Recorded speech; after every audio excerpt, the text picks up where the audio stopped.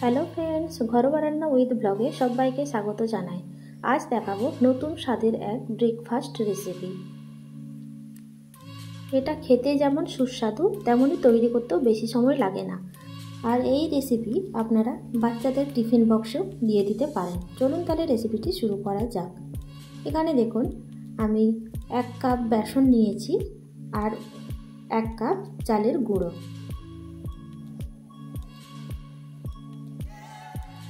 আর ওই কাপে 1/2 কাপ টক দই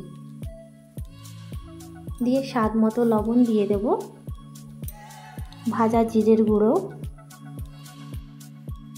1/2 চা চামচের মতো গোটা জিরা, আর দিয়ে দেব হলুদ গুঁড়ো, লঙ্কার গুঁড়ো, চিলি ফ্লেক্স। এখানে আপনারা কাঁচা লঙ্কাও ব্যবহার করতে পারেন। সব কিছু মিশিয়ে নিয়ে অল্প অল্প জল দিয়ে এই ব্যাটারটা রেডি করে নেব। ভালো করে মেশাতে হবে যাতে করে কোনো লাম্পস যেন না থাকে। এইভাবে অল্প অল্প জল দিয়ে আমরা ব্যাটারটা রেডি করে নেব। এখানে দেখুন ব্যাটার রেডি করে নিয়েছি। এর মধ্যে পেঁয়াজ কুচি দেব, গ্রেট করা আদা, টমেটো কুচি, এখানে আপনারা অন্যান্য সবজিও ব্যবহার করতে পারেন। দিয়ে ভালো করে মিশিয়ে নেব। ভালো করে মিশিয়ে নিয়ে এর মধ্যে ইনো দিয়ে দেব। ইনো যদি না থাকে আপনাদের কাছে তাহলে এখানে সোডা দিয়ে দিতে পারেন। এর ওপর কয়েক ফোঁটা জল দিয়ে দেব, দিয়ে আবারও ভালো করে মিশিয়ে নেব। আমার এই রেসিপি যদি আপনাদের ভালো লাগে অবশ্যই চ্যানেলটিকে সাবস্ক্রাইব করবেন, লাইক, কমেন্ট ও শেয়ার করবেন। এখানে দেখুন ভালো করে মিশিয়ে নিয়েছি।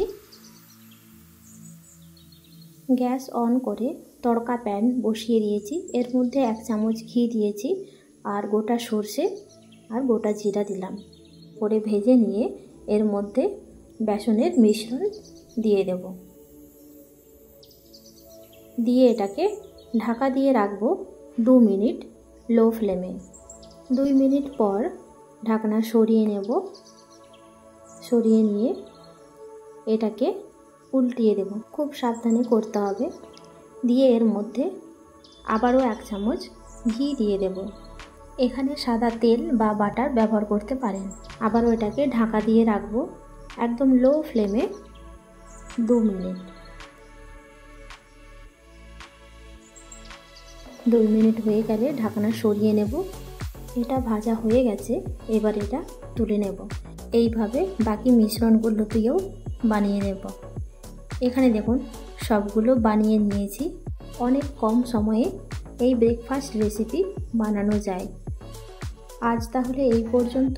দেখা হবে নতুন একটা রেসিপি নিয়ে। সবাই ভালো থাকবেন, সুস্থ থাকবেন।